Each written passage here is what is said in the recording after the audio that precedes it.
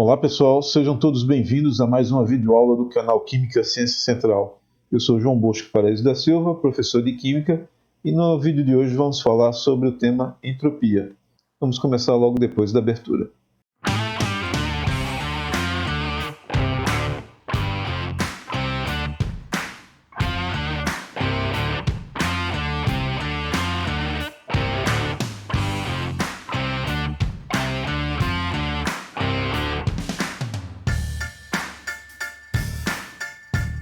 Em um vídeo passado, nós enunciamos aqui a segunda lei da termodinâmica e na oportunidade falamos e exemplificamos a diferença entre processos espontâneos e processos não espontâneos. Bem, no vídeo de hoje vamos apresentar uma nova função termodinâmica cujo sinal algébrico permitirá a gente falar sobre a espontaneidade de um processo. Essa função termodinâmica é a chamada entropia, representada pela letra S. E ela permite que a gente avalie a chamada, observe que eu coloquei entre parênteses, a desordem de um sistema. Em breve vai ficar claro por que colocamos desordem entre parênteses. Do ponto de vista matemático, a entropia é definida por essa expressão simples, K ln de W. Essa é a chamada definição estatística de entropia e foi desenvolvida pelo famoso físico austríaco Ludwig Boltzmann, que nessa imagem aparece aqui a sua lápide no cemitério central de Viena, e observe o que aparece aqui na parte superior de sua lápide, a mesma expressão que ele ajudou a desenvolver. Bem, nessa expressão K é a chamada constante de Boltzmann, que vale 1,38 vezes 10 elevado a menos 23 joules por Kelvin, e W é um número de formas diferentes que as partículas do sistema, entenda-se átomos ou moléculas, podem assumir, e com detalhe, e que possuam a mesma energia total. Bem, vamos mostrar um exemplo que vai nos ajudar a gente a entender este conceito. Suponha que tenhamos N moléculas de HCl e é nos dada a informação que o valor do chamado momento de dipolo elétrico do HCl é 1,08 dBAs, sólido a temperatura de 0 Kelvin. Bem, essa propriedade do momento de dipolo elétrico refere-se ao fato de que a molécula de HCl, pelo cloro ter uma maior eletronegatividade que o hidrogênio, a gente pode olhar para a molécula de HCl como se fosse dois polos, um carregado negativamente e outro positivamente. Portanto, a gente pensa que existe um dipolo aqui nessa molécula de HCl. Bem, se você tem mais moléculas de HCl num sólido e a T igual a zero, elas estão dispostas dessa forma. Ou seja, cada molécula de HCl está orientada da mesma forma que a sua vizinha. Ou seja, o conjunto tem apenas uma única maneira de estar disposta, que é esta apresentada, onde cada molécula pode formar uma interação com sua vizinha através da chamada ligação de hidrogênio. Portanto, o único estado disponível para o HCl no sólido a T igual a zero é o de menor energia. Logo, o W é 1 e, portanto, utilizando essa fórmula, Ln de 1 é zero, a entropia vale zero. Daqui a gente pode tirar a chamada terceira lei da termodinâmica, que diz que a entropia de cristais perfeitos, de todos os elementos e compostos puros, é zero no zero absoluto. Vai ser zero porque cristais perfeitos possuem uma repetitividade da posição dos átomos na rede e, sendo puros, você só tem essa única maneira de dispô-los, que leva ao valor de W igual a 1. Bom, agora vamos supor que você, em lugar de ter a molécula de HCl, você tenha N moléculas de CO. Observe que o CO tem um momento de dipolo muito menor, e isso se dá pelo fato de que, diferente do HCl, em que os átomos estão bem separados na tabela periódica, o carbono e o oxigênio estão mais próximos. Lembra, na tabela periódica você tem lá carbono, nitrogênio e à direita oxigênio. Então a diferença de eletronegatividade entre esses dois átomos é menor que aquela do HCl. Portanto, no caso do CO, a localização de quem está com a carga negativa e positiva é pequena.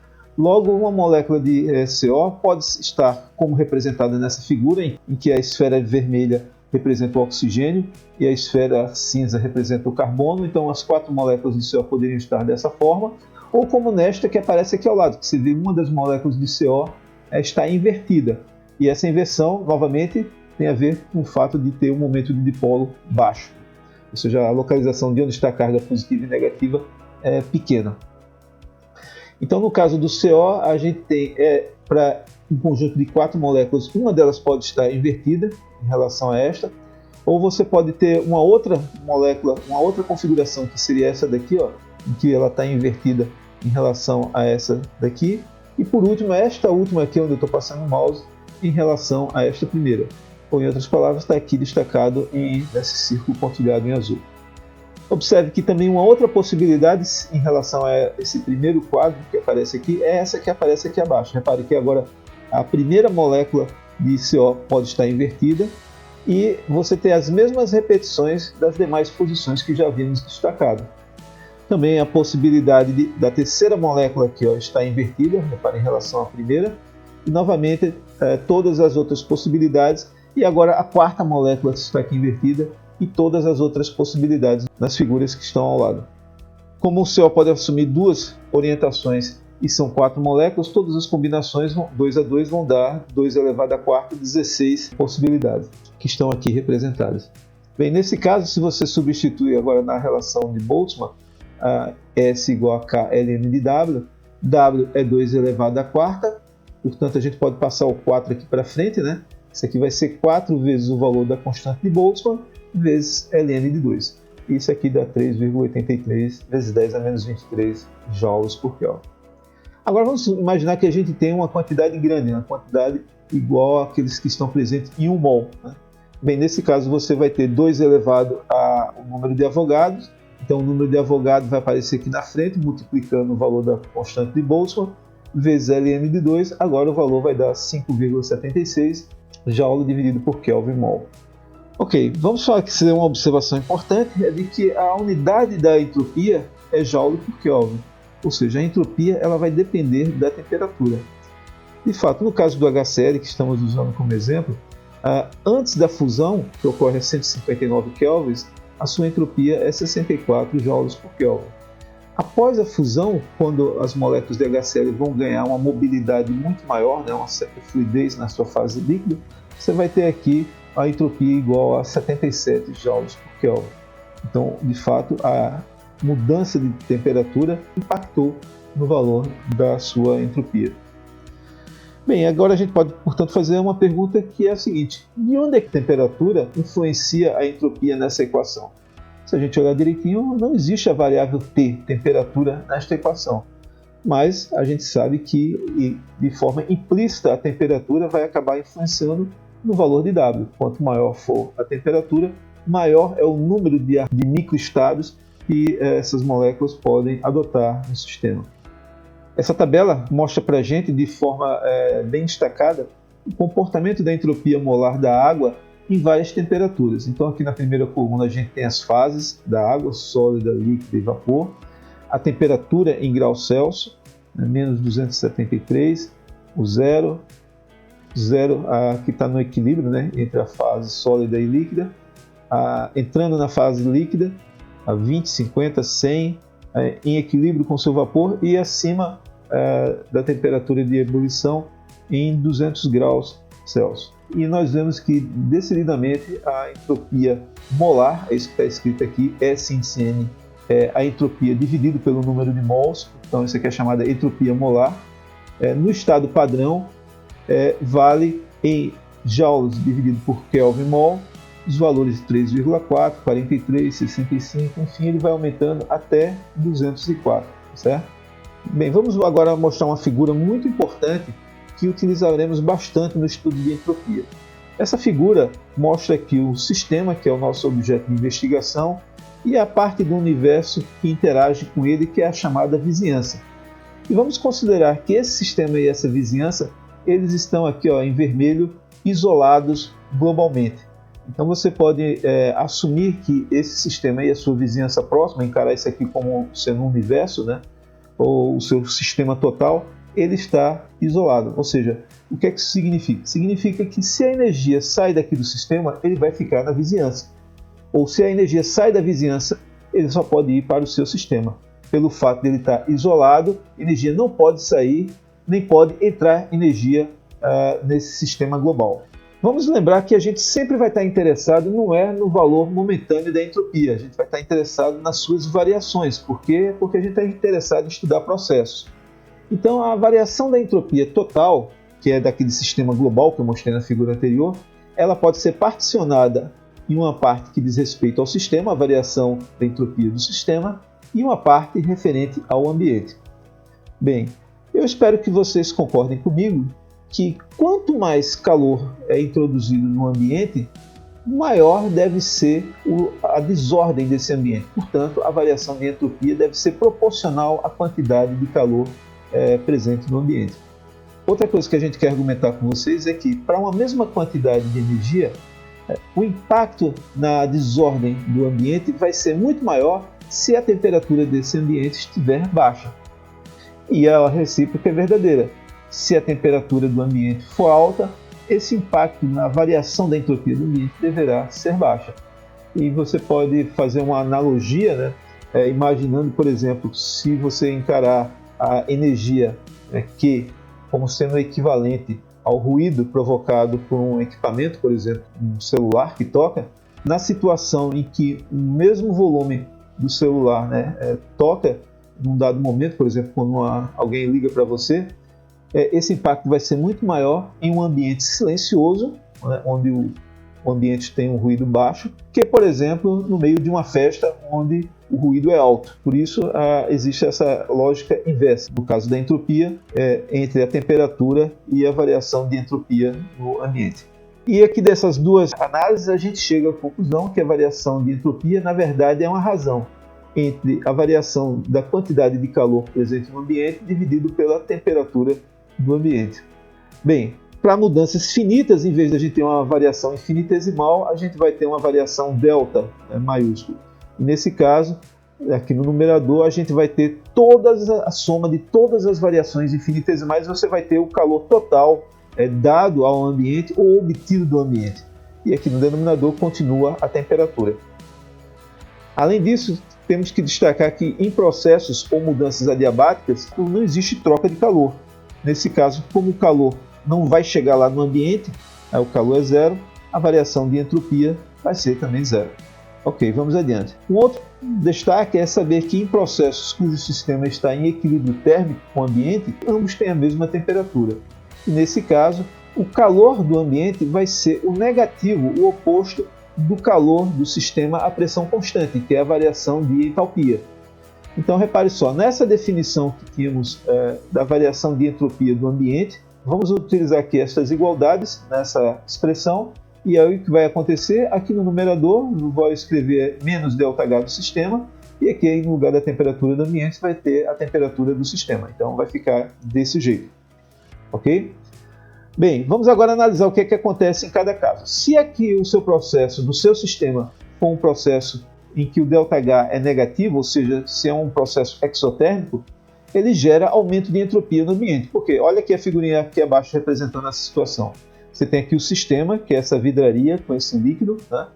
E aqui ao lado você tem o ambiente, certo? E novamente, lembrando, tudo aqui está definido que o conjunto está isolado globalmente. O que significa que o calor que está gerado aqui nessa reação, nesse processo exotérmico, ao sair, ele vai para onde? No ambiente. Então significa que vai impactar, aumentando a entropia do ambiente. Em contrapartida, se você pensar que o que está acontecendo aqui nesse líquido é um processo endotérmico, ou seja, o calor está entrando no sistema, ele vai estar entrando, saindo de onde? Do ambiente. Neste caso, significa que você vai ter uma queda, um abaixamento da entropia do ambiente. Ok? Vamos adiante. Vamos fazer aqui um exercício para fixar este conceito.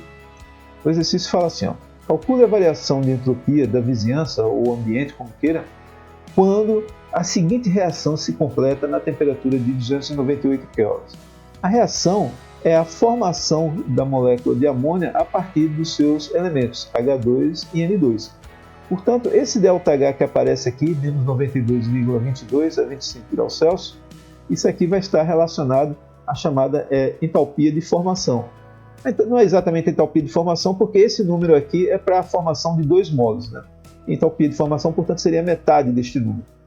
Mas está aqui, tudo bem, a 25 graus Celsius, né, ou 298, como queira. Neste caso, calcular a variação de entropia do ambiente é simplesmente fazer essa conta, né? É o negativo do calor do sistema, no caso aqui o ΔH, dividido pela temperatura em Kelvin. Essa fração vai dar mais 309,46 joules por Kelvin. Vamos para frente. Bem, vamos agora considerar, a gente analisou o que acontece no ambiente. Vamos agora analisar o que acontece com a variação de entropia, tanto do ambiente como do sistema. e com a soma dos dois, com a variação de entropia total. Muito bem. Então veja só, quando o calor está saindo do sistema, é uma reação exotérmica, que é a condição que a gente está aqui analisando, calor virá para o ambiente e isso vai aumentar a entropia do ambiente. E aqui dentro do sistema pode acontecer duas situações. A variação da entropia do sistema ela pode crescer ou pode diminuir. Vamos analisar cada uma delas. Neste caso primeiro aqui, vamos considerar que a variação de entropia do sistema está aumentando. Bem, se ela é positiva e do ambiente também é positiva, então a soma dos dois é positiva. E esse é o chamado critério de espontaneidade. É aquele em que a variação total de entropia deve ser maior do que zero. Veja só, vamos dar aqui um exemplo. Essa reação, pessoal, ela é bem conhecida. C6H12O6, isso aqui é a glicose, a molécula de glicose, um sólido. Ela está reagindo com O2 para formar CO2 e água. Isso aqui trata-se naturalmente da reação de combustão da glicose. Nessa tabela aqui abaixo, temos aqui os valores dos ΔH de formação e da entropia molar padrão de cada uma das espécies que estão presentes aqui nessa equação química. O valor da entropia de formação da molécula de O2 não foi dada porque, por definição, ela vale zero. Então, para calcular a variação de entropia do ambiente, a gente precisa calcular a variação de entropia da reação.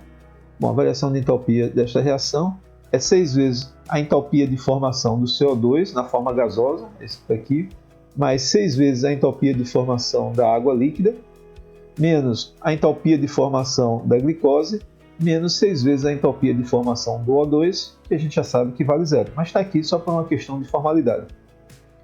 Bem, utilizando agora os números que aparecem aqui nessa segunda coluna, nessa equação, a gente vai ter esses valores. 6 vezes a entropia de formação do CO2, que vale menos 393,51, mais 6 vezes a entropia de formação da água, que vale menos 285,83, menos o ΔH de formação da glicose, que vale menos 1.268 kJ por mol, está aqui, menos 6 vezes zero.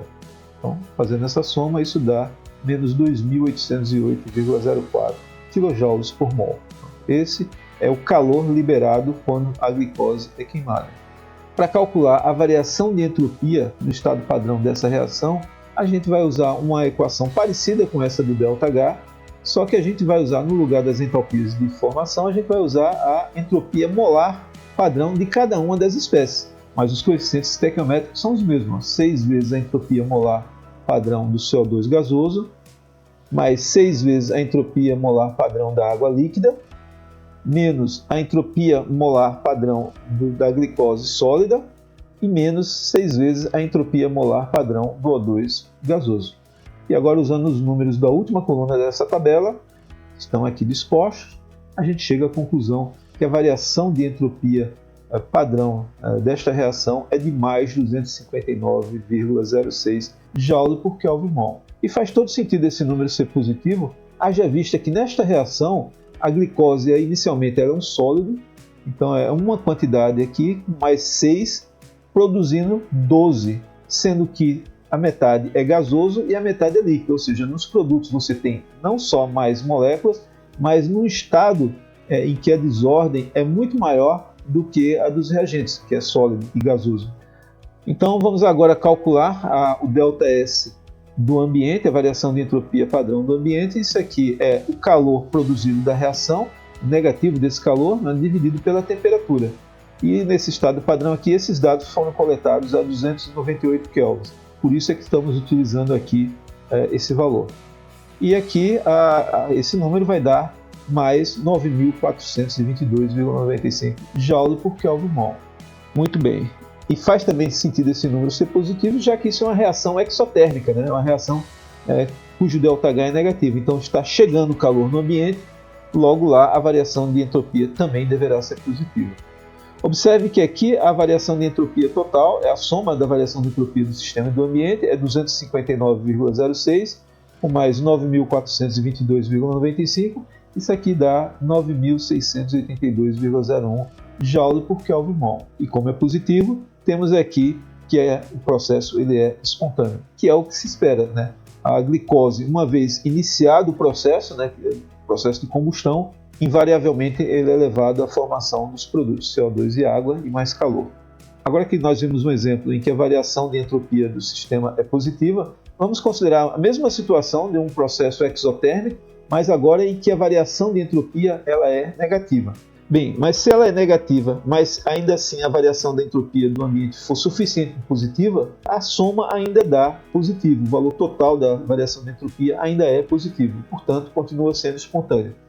É o caso que acontece, por exemplo, na combustão do magnésio. O magnésio, quando reage com O2 para formar óxido de magnésio, a variação de entropia dessa reação é menos 217 joules por Kelvin. E a variação de entalpia é menos 1.202 kJ a 298. Bem, neste caso, este exercício pede na letra A, para, sem fazer nenhum cálculo, prever o sinal do ΔS do ambiente. E na letra B, calcular o ΔS do ambiente e o ΔS total. Veja só, se isso aqui é uma reação de combustão, é uma reação irreversível. Bom, sendo um processo irreversível, ele é espontâneo. Se ele é espontâneo, o ΔS total deve ser positivo. Se o ΔS do sistema é negativo, então a gente já sabe que o ΔS do ambiente deve ser positivo, para que a soma com esse valor de menos 217 ainda assim seja positivo. Então a resposta do item é esse. Como é um processo irreversível, que é a combustão do magnésio, isso significa que o ΔS total é maior do que zero, logo a variação de entropia do ambiente deve ser positiva. E em módulo ele deve ser numericamente maior do que a variação de entropia do sistema. Vamos ver se é isso mesmo. Vamos calcular agora na letra B a variação de entropia do ambiente. Ele é o negativo da variação de entalpia da reação, dividido pela temperatura, né? Então vai ser menos 1.202. Aí veja só, aqui é quilo, né? Então é 10 a terceira joules, dividido por 298. Isso aqui vai dar mais 4.030. De fato, o ΔS do ambiente é positivo e observe que ele é muito mais positivo do que o ΔS do sistema. De forma que o ΔS total, que é a soma desses dois números, é 3.813 joules por Kelvin. Ou seja, é um processo espontâneo. Agora vamos ver o caso contrário, quando você tem uma reação que ela é endotérmica. Se calor está entrando no sistema, o calor está saindo da vizinhança, então você vai ter uma variação negativa da entropia do ambiente. Mas se o calor está entrando no sistema, ele vai aumentar a entropia do sistema, então você vai ter uma variação positiva. Logo, ainda assim, a soma dos dois, você vai ter uma entropia total positiva. E que assim o processo é espontâneo. É exatamente o que acontece no caso da fusão do gelo, né?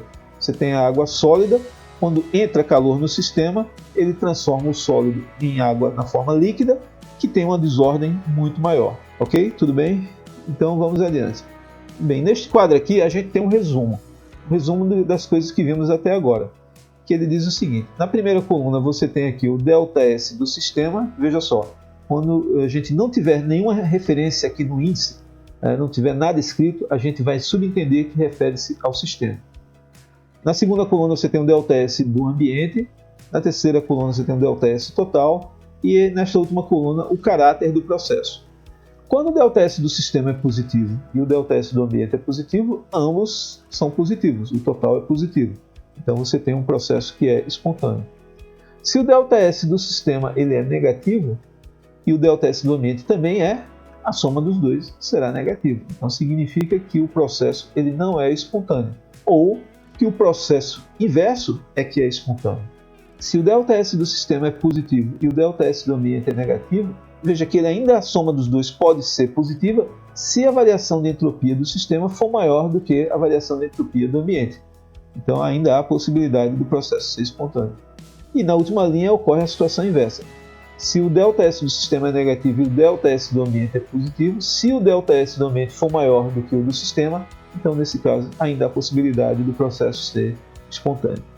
Bem, dito isso, a gente pode colocar a seguinte situação. Então, veja só, numa reação em que reagentes estão em equilíbrio com produtos, quer dizer, reagentes formam produtos e produtos restituem parte dos reagentes, então pergunta-se qual que deve ser a condição de equilíbrio. Baseado nessa tabela, qual que deve ser a condição de equilíbrio? A primeira linha está dizendo que no processo direto, que seria, por exemplo, reagentes se transformando em produtos, isso seria espontâneo se o ΔS total for positivo. Bom, a segunda linha diz que na situação inversa, que seria o caso produto restituindo os reagentes, também a variação de entropia total ela é positiva. Então, dessas duas linhas, a gente chega à conclusão que é a condição para equilíbrio, é que a variação de entropia total deve ser igual a zero. Ok? Do ponto de vista físico, a gente pode, por exemplo, apreciar isso analisando o chamado equilíbrio térmico.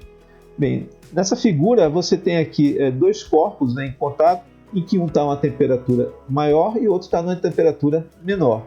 E naturalmente o fluxo de calor vai ser do corpo que está numa temperatura mais alta para aquele que está numa temperatura mais baixa.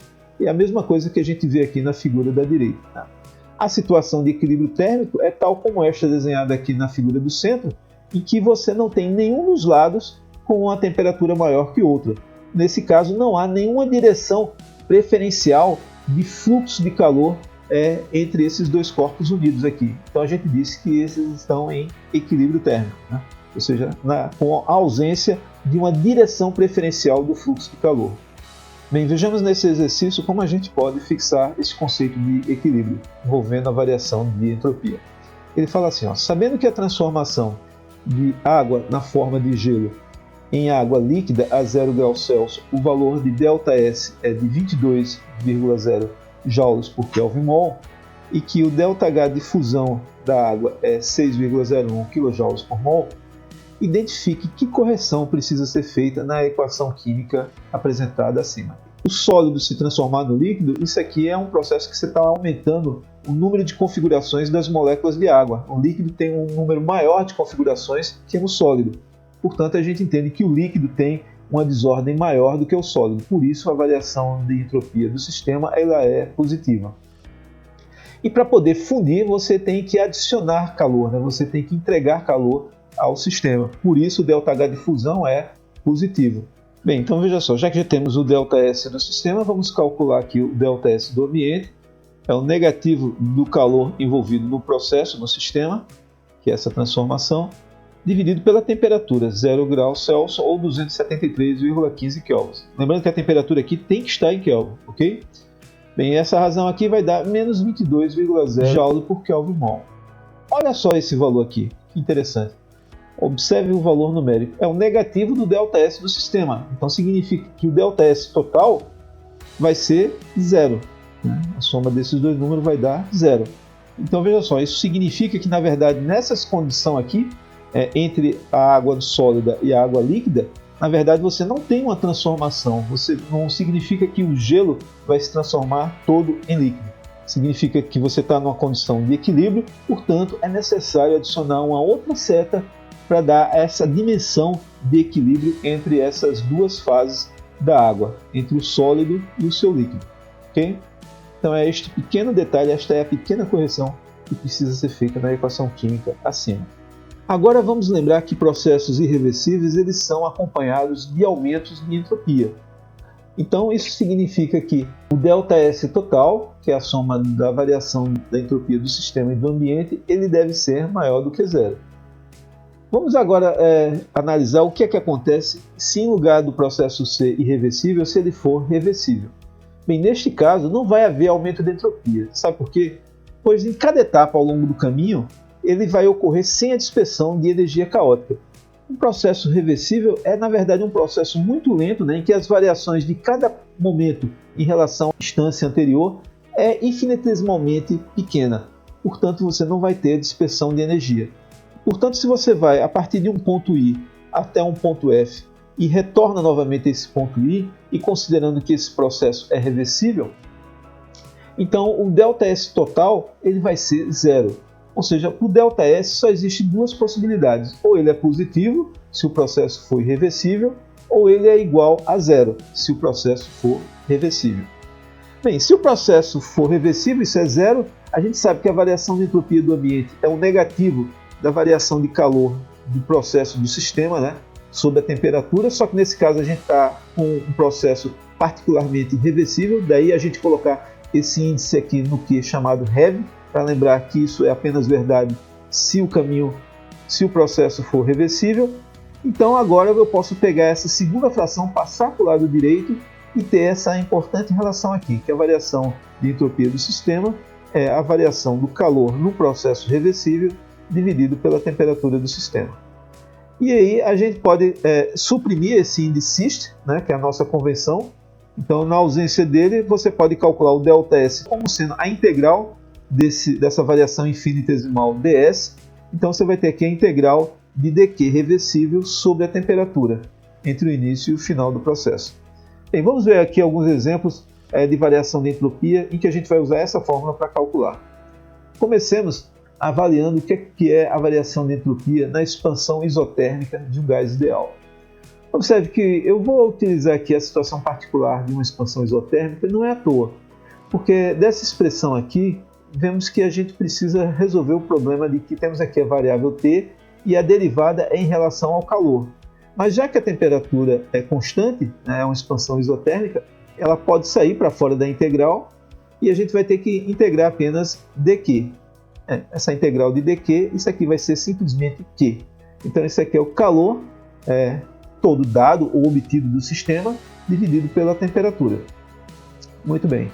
Então, como é que a gente pode agora quantificar o valor desse calor desse processo reversível? Ora, se o processo é isotérmico, então significa que a variação de energia interna é igual a zero. Se você não está lembrado por que isso aqui é igual a zero, dê uma olhada aqui no card que eu vou colocar aqui sobre essa parte de estudo da energia interna de sistemas e você vai entender. Bem, a variação de energia interna numa expansão isotérmica é zero, então isso significa da primeira lei que o calor é o negativo do trabalho. E o trabalho de um processo reversível nós também já aprendemos como calcular.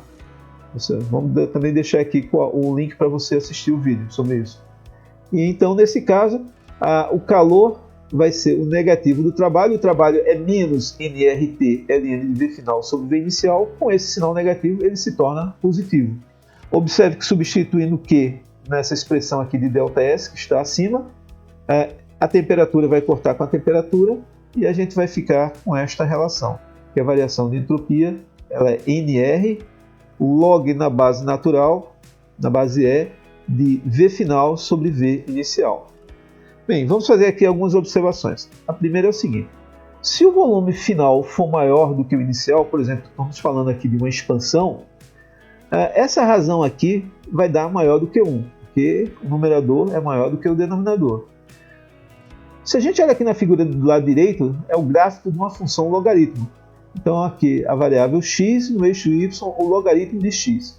E ele tem esse jeitão, né? Ele sai aqui de valores negativos, passa no y igual a 0, no x igual a 1 e vai crescendo. Bom, se o volume final é maior do que o volume inicial, dissemos que a razão é maior do que 1, então a gente está aqui, ó, à direita do número 1. Qualquer valor aqui à direita do número 1, quando ele encosta na curva, o valor do ln é positivo. Então significa que o ΔS vai ser positivo. O contrário, quando você tem uma compressão, quando o volume final é menor do que o inicial, essa razão aqui dá menor do que 1, e a gente vê aqui na figura que menor do que 1 significa aqui, ó, a esquerda no número 1, no eixo x. Bem, quando você encosta aqui na curva, você tem um valor do logaritmo negativo. Então significa que o ΔS é negativo. E faz todo sentido, né? Numa expansão, que é o primeiro caso, as partículas, por exemplo, do gás que estiver dentro de um pistão, cujo volume está aumentando, vai poder adotar um número maior de microestados. Então o W vai ser um número, obviamente, maior. E a recíproca é verdadeira. Se está havendo uma compressão, o volume está diminuindo, o W está diminuindo. Então a variação na entropia será negativa. Bom, agora vamos tentar interpretar o que é que acontece com a variação de entropia de um gás a partir de uma perspectiva molecular.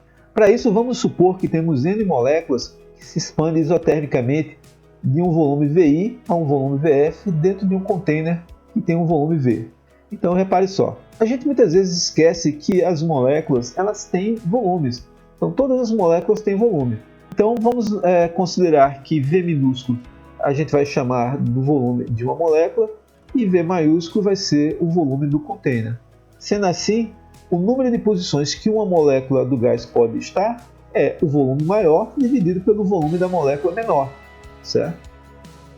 Porém, como a gente tem mais de uma molécula, na verdade a gente tem N moléculas, então o W vai ser V maiúsculo sobre V minúsculo elevado a N. Ok. Agora vamos calcular o ΔS como sendo a entropia final menos a inicial. E utilizando agora a expressão estatística de entropia, vamos ter K ln de W final, então vai ser V final sobre o volume da molécula elevado a N, menos a entropia inicial, que vai ser menos K ln de W inicial. W inicial é o volume inicial dividido pelo volume da molécula elevado a N. Estamos usando aqui essa relação para W. Bem, agora a gente pode usar aquela propriedade do logaritmo, que quando você tem log de A elevado a B, isso é B log de A. Se você não está lembrado sobre isso, a gente também tem um vídeo aqui sobre funções logarítmicas, que você pode entender de onde vem essa relação. Então o N vai passar aqui para frente, tanto no primeiro quanto no segundo termo, dando esta igualdade que está agora apresentada. E agora a gente vai usar uma segunda relação entre logaritmos, que é ln de A menos ln de B é ln de A sobre B. Então aqui nesse caso a gente vai ter que vai ficar com esse primeiro argumento no numerador e o segundo argumento no denominador. A gente percebe claramente aqui que o volume da molécula vai se cancelar no numerador com o denominador e, portanto, a gente vai ter este resultado aqui. N maiúsculo K ln do volume final sobre o volume inicial. Observe o seguinte, geralmente no gás você não tem N igual a 100, 200, nem 1000. É um número muito maior, é um número da ordem do número de Avogadro.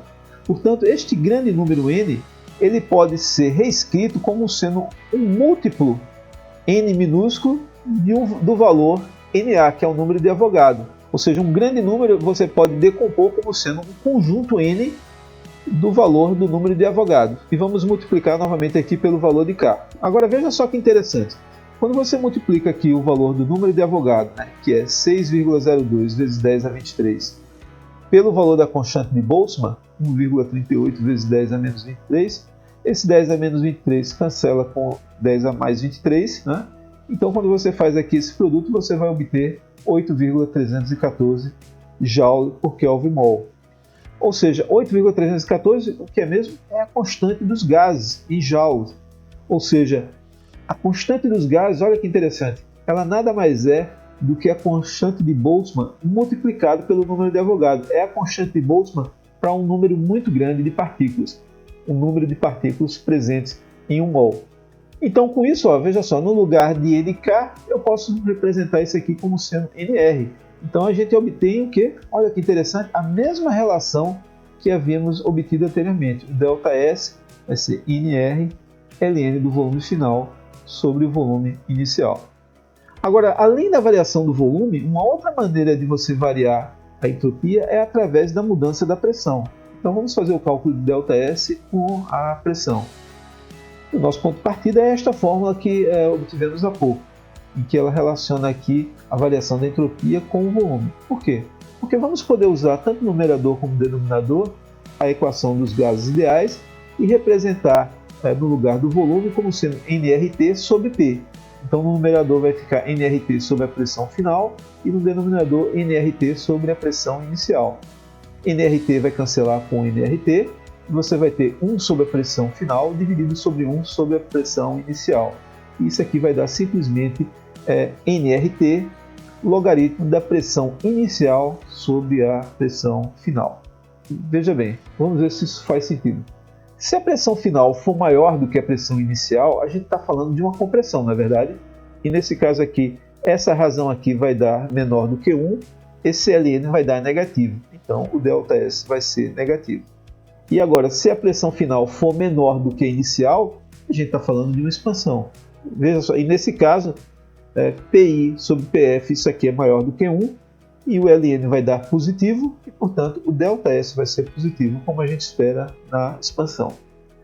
E por último, vamos avaliar um outro parâmetro que pode mudar a entropia do processo, que é a temperatura.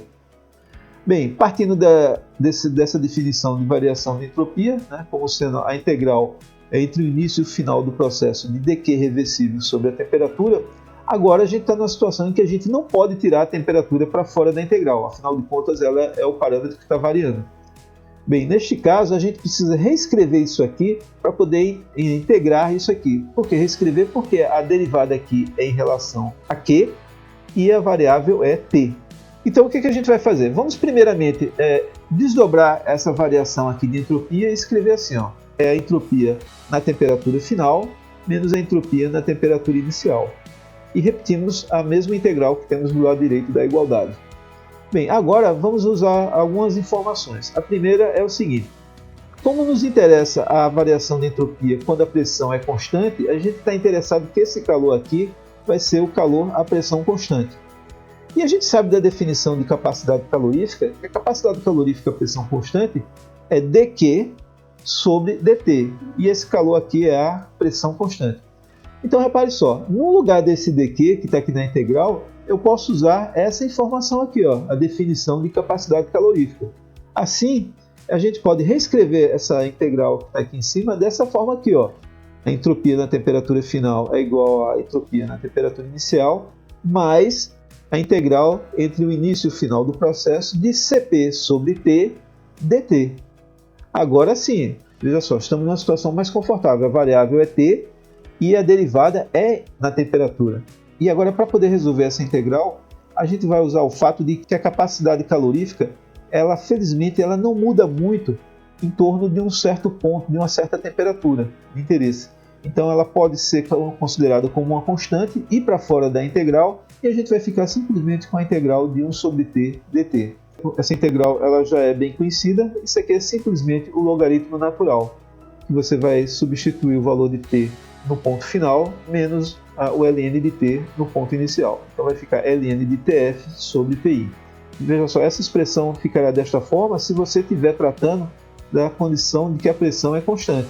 Então é Cp. Porém, se você estiver eventualmente trabalhando com a condição de que o volume é constante, então você tem uma fórmula equivalente, só que agora você vai ter aqui Cv, ok? Veja só, a exemplo da energia interna e da entalpia, que nós descobrimos que elas são funções de estado, a entropia a gente precisa também analisar se ela é uma função de estado. Para responder essa pergunta, a gente precisa avaliar o seguinte: quando você tem um sistema que está numa configuração I e ele vai até uma configuração F e retorna a configuração I, se a entropia for uma função de estado, então essa chamada integral sobre um caminho fechado, ou seja, através de um caminho que você volta à mesma posição inicial, no caso aqui de dq reversível sobre t, ele deve ser zero.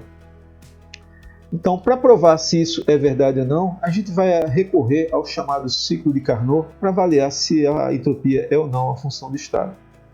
Bem, veja só, o chamado ciclo de Carnot é um ciclo em que o processo ele sai de um certo ponto, ele se expande até outros pontos B e C e depois ele contrai até novamente o ponto A inicial. Porém, ele vai fazer isso ao longo de duas temperaturas, uma maior e outra menor. Ele vai se expandir ao longo de uma temperatura maior e vai se contrair ao longo de uma temperatura menor. E também vai executar aqui expansões ao longo de caminhos adiabáticos, por exemplo, entre o ponto B e o C, e entre o ponto D e o retorno ao ponto inicial A. Então veja só, o que a gente vai precisar é fazer o nosso ciclo fechado aqui é A, B, C, D, A. Então a gente vai precisar avaliar a variação de entropia em cada uma dessas etapas, 1, 2, 3 e 4, e somá-las todas elas, certo? Então, fazendo cada uma delas por vez, a primeira, na etapa 1, a gente tem aqui uma expansão, a gente sai de um volume aqui, na posição A, até um volume maior na posição B, então é uma expansão, ao longo de uma temperatura constante, ao longo de uma isoterma, né, com a temperatura H. Então é uma expansão isotérmica reversível a uma temperatura H. Então isso aqui é ΔS, é calor nessa temperatura H dividido pela temperatura H. Bem, a segunda etapa aqui entre B e C, a etapa 2, isso aqui é uma expansão adiabática. Mas uma expansão adiabática a gente sabe que não existe troca de calor. Então o calor vai ser zero, então você vai ter que o ΔS é zero. Bem, na etapa 3, a gente tem aqui o processo contrário, né? Agora a gente vai ter uma compressão, né? Ele está se contraindo, ele vai ter uma compressão do volume maior até esse volume menor em D. É ao longo novamente de uma temperatura constante, de uma isoterma, só que numa temperatura T índice C. Então isso é uma compressão isotérmica reversível a T índice C. Bem, nesse caso o ΔS vai ser menos. Por que menos? Porque você está voltando, né? Você está retrocedendo aqui até a um volume menor. Se o volume está diminuindo, então o sistema está ficando mais ordenado, né? O W está ficando menor. Então trata-se de uma variação negativa da entropia. E novamente, se você está novamente diminuindo o volume, né, você está fazendo aqui uma compressão entre D e A, porém, novamente, agora aqui ao longo de um caminho adiabático, pela mesma razão de 2, essa compressão adiabática é reversível, o seu ΔS nessa etapa 4 vai ser 0. Bem, então ao longo desse ciclo fechado, é somar essas entropias, a gente vai ter que essa integral sobre esse caminho fechado de dq reversível sobre t é a soma do primeiro mais a terceira etapa, então isso aqui vai ser Q índice H sobre T índice H menos Q índice C sobre T índice C. Ok. Agora a grande pergunta é o seguinte, será que isso aqui vale zero? Bem, para poder responder a essa pergunta, a gente vai analisar a chamada eficiência de uma máquina térmica. Uma máquina térmica, a gente discutiu isso aqui no vídeo sobre a segunda lei da termodinâmica, é um sistema como esse. Você tem uma fonte de calor, né, uma chamada fonte quente, que está a uma temperatura índice H, porque no inglês é hot, né? E ele vai fluir uma certa quantidade de calor que vai passar através de um motor, parte dessa energia vai gerar trabalho e um restante aqui vai para um chamado ralo frio, que está numa temperatura índice C, C de cold. Muito bem. Essa fonte quente, por exemplo, poderia ser uma caldeira, tá certo? E esse ralo frio poderia ser, por exemplo, o meio ambiente. Então, veja só, uma maneira de você definir eficiência, eficiência é uma quantidade relativa, né? É um número que varia entre 0 e 1. Quando é 1, significa que a eficiência é de 100%, seria todo o calor que sai da fonte quente sendo convertido em trabalho. Eficiência 0 significaria que todo o calor, nada produziu trabalho, foi tudo para o ralo frio. Então, eficiência é uma razão entre o trabalho produzido em função da quantidade de calor que saiu dessa fonte quente. É esse número que pode variar de 0 a 1. Bem, a quantidade de trabalho produzido por essa máquina é a diferença entre o calor que sai da fonte quente em relação ao calor que chega no ralo frio. Então, é essa diferença, Q índice H menos Q índice C, dividido por Q índice H. Você pode aqui reescrever isso aqui, né, dividir Q índice H por Q índice H, isso dá 1, menos Q índice C dividido por Q índice H. Ok, então o que é que essa relação aqui nos diz? Ela nos diz que o rendimento ela vai ser máxima, vai ser 1 em duas situações. Quando o calor aqui no ralo frio for 0, né, o que significaria que todo o calor foi transformado em trabalho, ou pode ser obtido se o calor na fonte quente for infinito. Bom, o calor aqui infinito significaria que eu teria aqui um problema, né? Porque eu teria que ter uma fonte que seria capaz de acumular um calor infinito, o que na prática a gente sabe que não existe. Então isso é uma maneira alternativa de você dizer que esse rendimento aqui, epsilon, nunca vai ser igual a 1, porque esse Q índice C nunca vai ser 0, sempre algum calor vai chegar aqui no ambiente, e nem tão pouco você poderia criar uma máquina em que o calor na fonte elevada fosse infinito. Não é? Bem, uma outra maneira de você definir a eficiência de uma máquina térmica é através dessa expressão. Repare só, ela é muito parecida com a de cima, só que agora eu estou representando aqui, em termos de calor, eu estou usando temperatura. Então a eficiência vai ser 1 menos a razão entre a temperatura no ralo frio dividido pela temperatura na fonte quente. Veja só, essa relação também é interessante, né? Porque se a gente tivesse aqui o valor de epsilon igual a 1, significaria que eu teria, por exemplo, uma situação onde esse numerador é 0. Então esse numerador ser 0 significaria que essa temperatura aqui na fonte fria seria o 0, mas o 0 da escala Kelvin, o 0 absoluto. Então veja só, já que não existe uma máquina com rendimento 100%, essa é uma forma alternativa de dizer que o 0 absoluto ele é um alvo inatingível, pelo menos num número finito de etapas termodinâmicas. Bem, vamos agora igualar essas duas maneiras de expressar a eficiência de uma máquina, usar essa relação e essa aqui de baixo, vamos igualá-las, pronto, está aqui.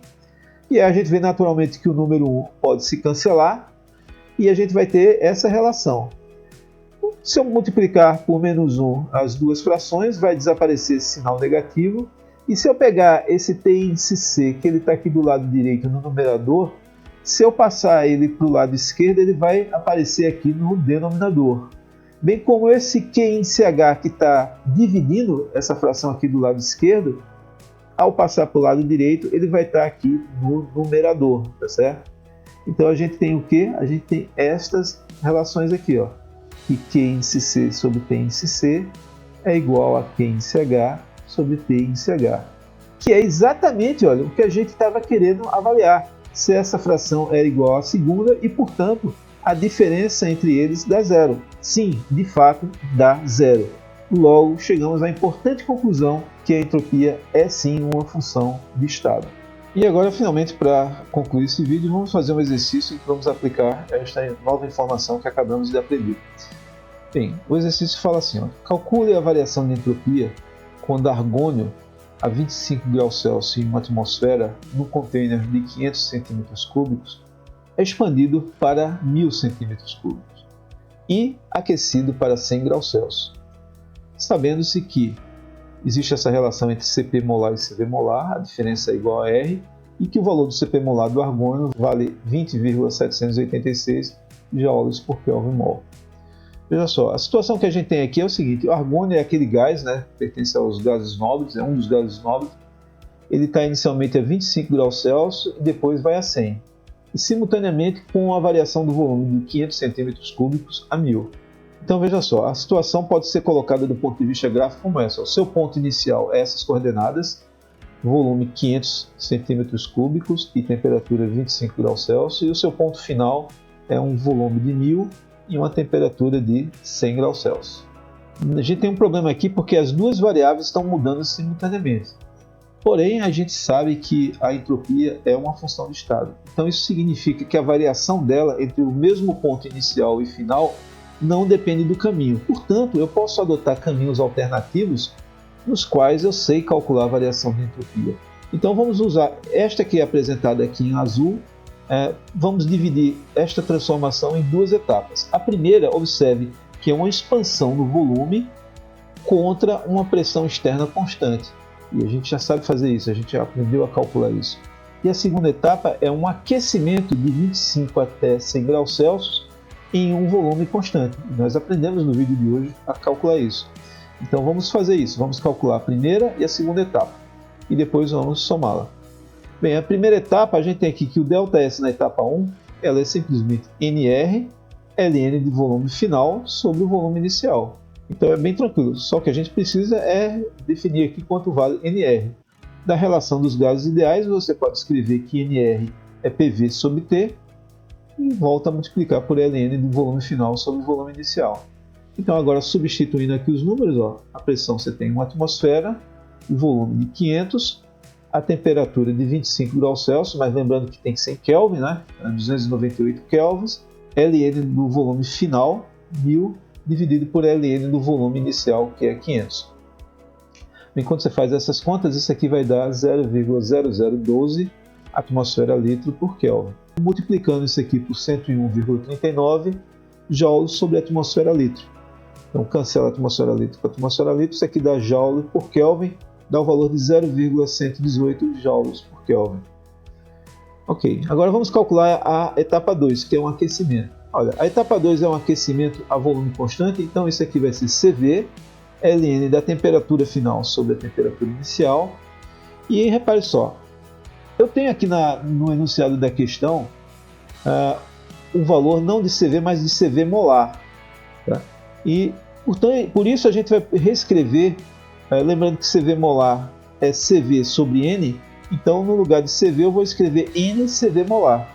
Agora eu preciso do valor do CV molar, mas eu tenho aqui, ó, eu posso extrair o valor do CV molar passando para o lado direito da igualdade e jogando o R para o lado esquerdo, tá certo?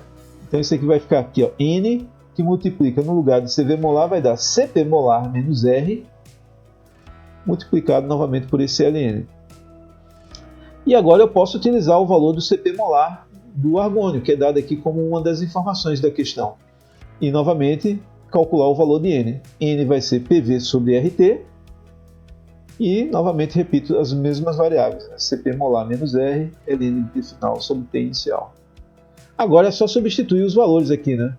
Substituir no lugar de P uma atmosfera, o volume 500, R 0,082 atmosfera litro por Kelvin mol, a temperatura 298 Então veja só, aqui a atmosfera litro, atmosfera vezes litro vai cortar com atmosfera litro, Kelvin vai cortar com Kelvin, você vai ficar 1 sobre mol. Então isso aqui é número de moles. Número de moles daqui vai cancelar com esse número de moles que aparece no denominador aqui entre parênteses, tá certo? Então você vai ficar simplesmente com joules sobre Kelvin multiplicando esse ln. Então, quando você faz essas contas, descobre que isso dá 0,057 joules por Kelvin. Muito bem. Então, por último, o ΔS do processo que me interessa, que é entre esse ponto I e o ponto F, é simplesmente a soma dessas duas variações de entropia. Então, o ΔS total vai ser 0,118 mais 0,057, isso dá 0,175 joules por Kelvin. Pronto, esse é o valor total que a gente obteve graças a essa valiosa informação que a entropia é uma função de estado. Beleza, pessoal? Então, espero que vocês tenham gostado desse vídeo e a gente se encontra numa próxima videoaula, onde eu espero encontrá-los todos lá. Forte abraço e até mais!